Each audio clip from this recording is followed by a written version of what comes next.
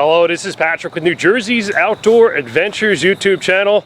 I'm here in Alair State Park, and we got a couple vanners here today, and this is Patrick. Patrick has a Sprinter van that he has converted into a camper van, and Patrick's going to give us a tour here today, and he's going to tell us a little bit how he uses it and what type of customization he offers, because he also helps people with their vans. Patrick, welcome to New Jersey Outdoor Adventures. Thank you, man. Appreciate it. So tell us what you got going on here. This is a 2005 144 wheelbase Sprinter van. It's the super high cab. They got taller a little later on, but it's high enough for me. Nothing too much going on in the outside, but the inside's a fully customized build. Got it as a bare shell, and this is what I've done with it. So if you want to come inside, give you a look. Start on the kitchen. It's all built, nothing too crazy. This is a Dometic CXL 50, I believe. It's a drawer fridge. Pulls out. It has a little freezer compartment if you want it, but I never use it. Let's do that. It's magnetic. A couple of drawers here with a little lock. They all pull out with drawer slides. Nothing too fancy. These do the same as well. Underneath, all of my water is contained in the van. Since I'm in New Jersey a lot, it gets cold. I don't want it freezing. Just your basic jugs from Walmart. I refill this one from other jugs, so it doesn't take too much. I can do it in here. How many gallons is that jug This is, I believe, 7, and then those are 6.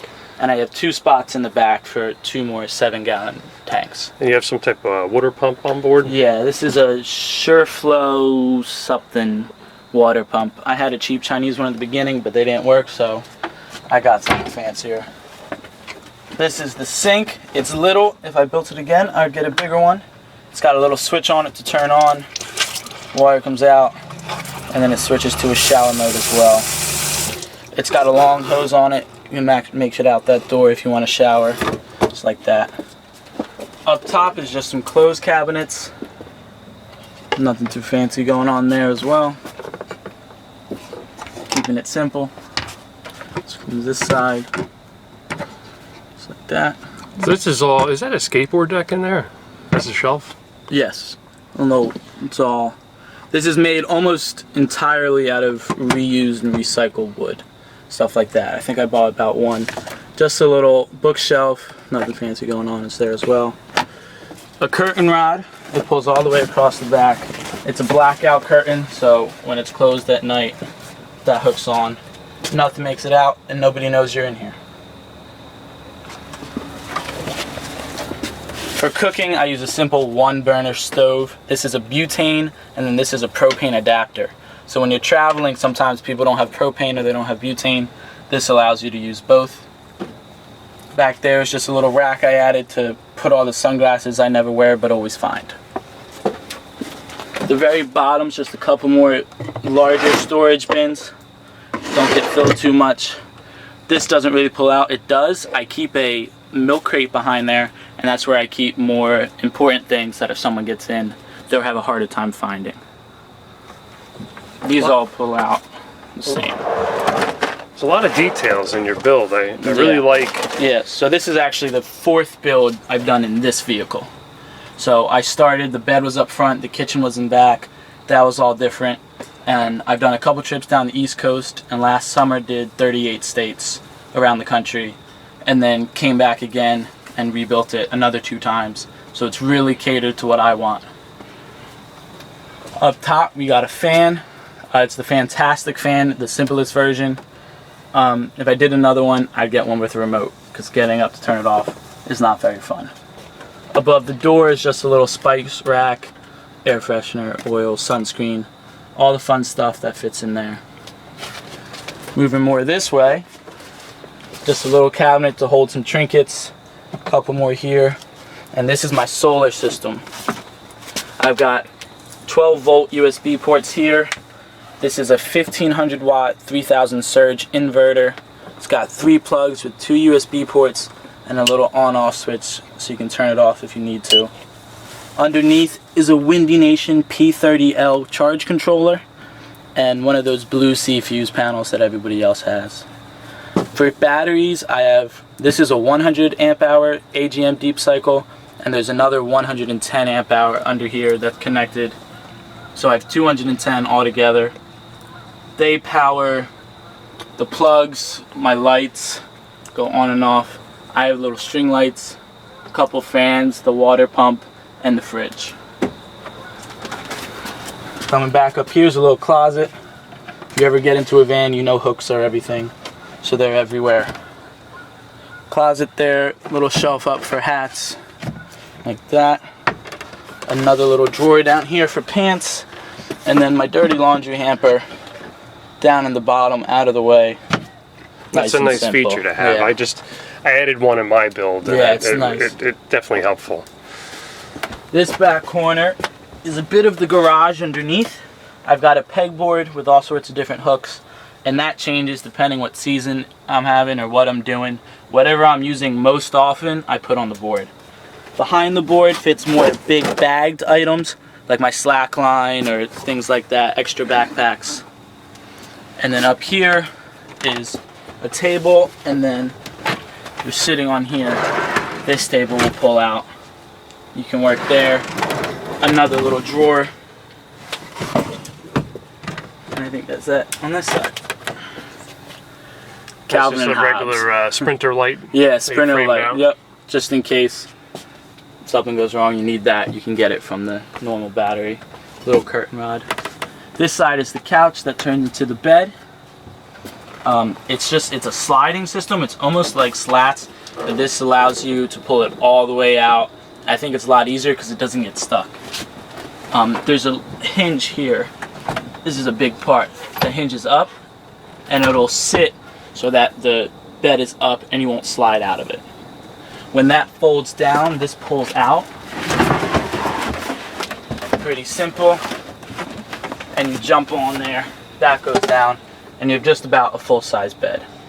Plenty of space for 2 people. I've slept 2 people in here on almost all of my trips. And then it goes right back in, almost just as simply.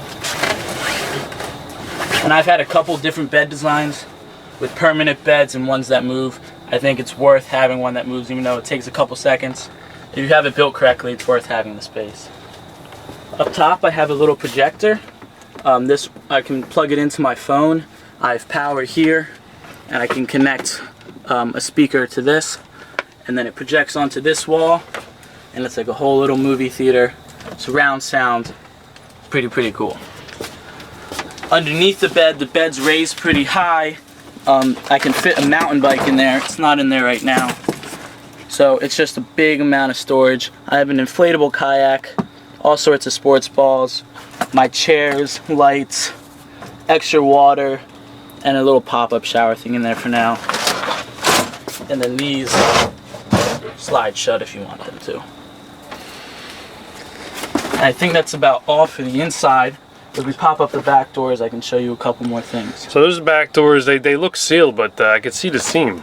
So they're fully operational, even though they don't have windows. And there's actually a couple more shelves back there built into the door. A little nightstand. Oh, yeah. And this hammock, I can hang across over there and hang a hammock in here. Is that easy to do, that you could demonstrate it? Just a quick second.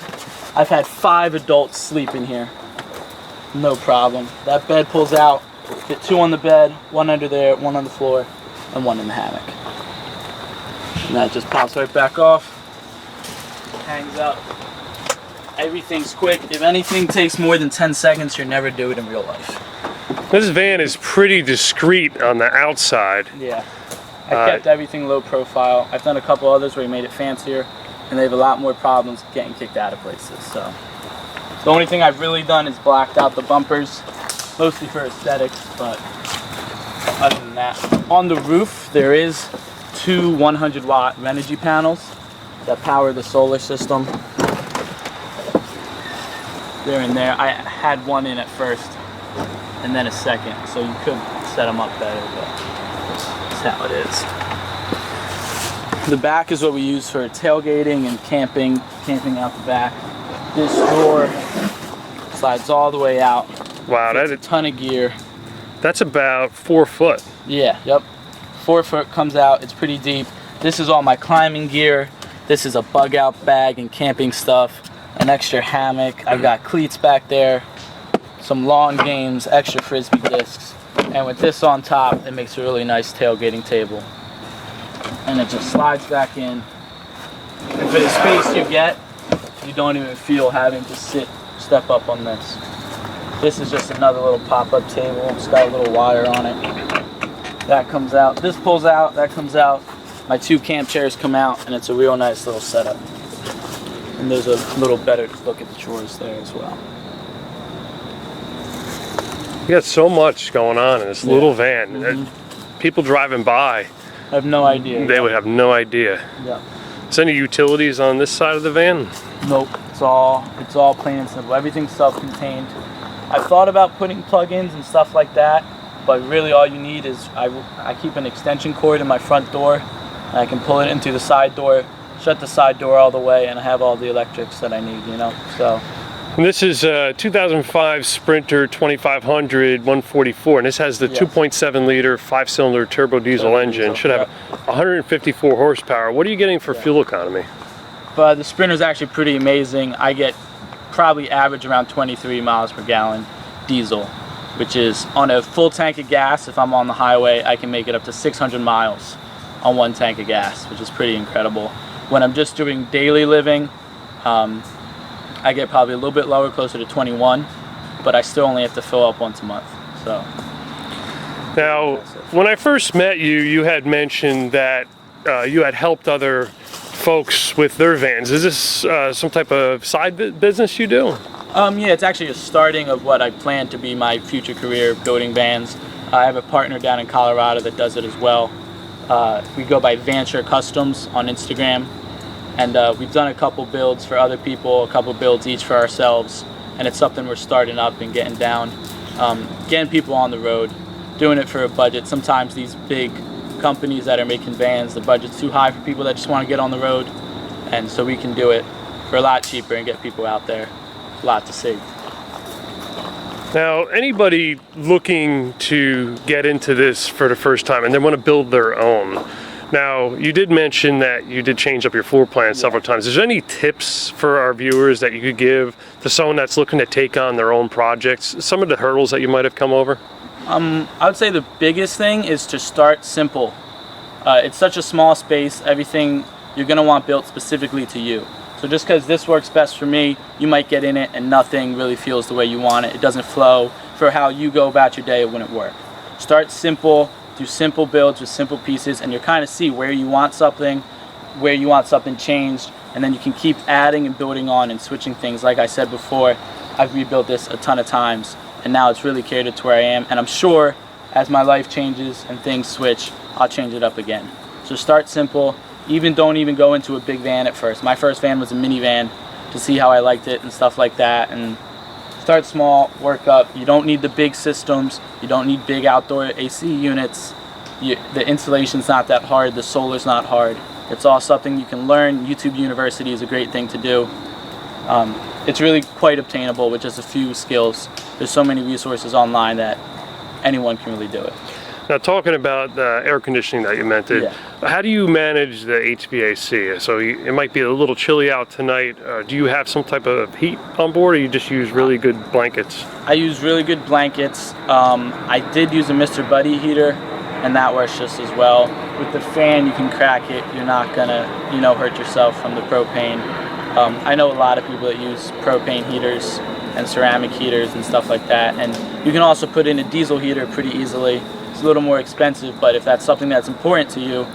So for some of our viewers might not be familiar with the diesel, is that like an S-bar system? Yeah, an S-bar system, yeah. Okay. So it pulls from the actual diesel tank of the engine and doesn't require, a ton of electricity or anything like that. And go back to the materials that you sourced here. A lot of this is repurposed. Yes. So where would you source some of this stuff here? It looks like this is crate. That's pallet wood actually that I just cut and put on. A bunch of the other wood, I help build sets and stuff like that. Take spare wood once sets are built, then you can take the wood apart. It's a little more time to prep wood to get it ready. And the other thing is, if you want it to look nice, only the outermost layer of wood, you know, needs to be fresh. So I rebuilt this kitchen to look a little nicer and bought a new piece of wood, but all the wood inside of it is repurposed, you know, but then it looks just as clean. Habitat for Humanity and stores like that, you can go and buy furnishing and take it apart and switch it and change it like that, especially if you're just getting started. And just keeping an eye out. People throw out wood all the time. Ask your friends, post on your social medias. People have junk and they want to give it away, and you can take it and make something out of it. And what type of lifestyle are you? Full-time? You weekend warrior? Do you go out on the road for several months at a time? Yeah, so so far it's been just about big trips every once in a while. I sleep in it every night. I cook in it almost all the time. So I kind of live in it full time. When I'm in Cherry Hill in New Jersey, I have friends and family all over the place, so I'll park there, but I still use the van. And anybody that wants to build one of these, is there a reason why you chose the Sprinter platform over some of the other ones that are out in the market? Yeah, I'm not a professional, but from what I know, the Sprinters are their workhorses. They're Mercedes engines, even though it's a Freightliner body. It's all Mercedes part. They're built to last. It can go a crazy amount of miles. Maintenance on it can be a little bit expensive, but you don't have to do it all that often. I've worked with a couple ProMasters and Transits, and they're good vans, but if you really plan on putting a lot of miles on dirt roads and really making it work, I would suggest the Sprinter platform from what I know. And we have a lot of viewers on YouTube, and they're all going to be asking and curious, how do they find you? How do they get to you on the internet? The easiest way would be on Instagram, Venture Customs, like Venture but with an A, no spaces, no capitals. Message me on there, follow me on there. If you have any questions, I'll be happy to help out. Is there anything in the cab area that is notable that you did on your conversion, or is it just a stock? Nope, it's a stock cab. Nothing crazy. Use every little bit of storage under the seats, the sides, but other than that, it's pretty clean. Yeah, it's completely stock. Wow. And that helps. Again, you're parking places you're not sure of. That curtain is closed. People look in. It just looks like a work van. They'll never you don't know. have any problems. You're a local plumber that's in the area doing a midnight emergency job. Well, Patrick, thank you very much for taking the time to show your van to our viewers. They're really going to appreciate it. They die for this stuff. Yeah. We do feature a lot of conversions on our channel. Some of them are just OEM factory built Winnebagos, but the ones that are loved the most are the hand built ones. Again, thank you very much for taking the time. Thank you for taking a look at it, man. I appreciate it. So this is Patrick with New Jersey's Outdoor Adventures YouTube channel. I hope you enjoyed this video. Please like this video, share, subscribe. I love it, and we will see you soon.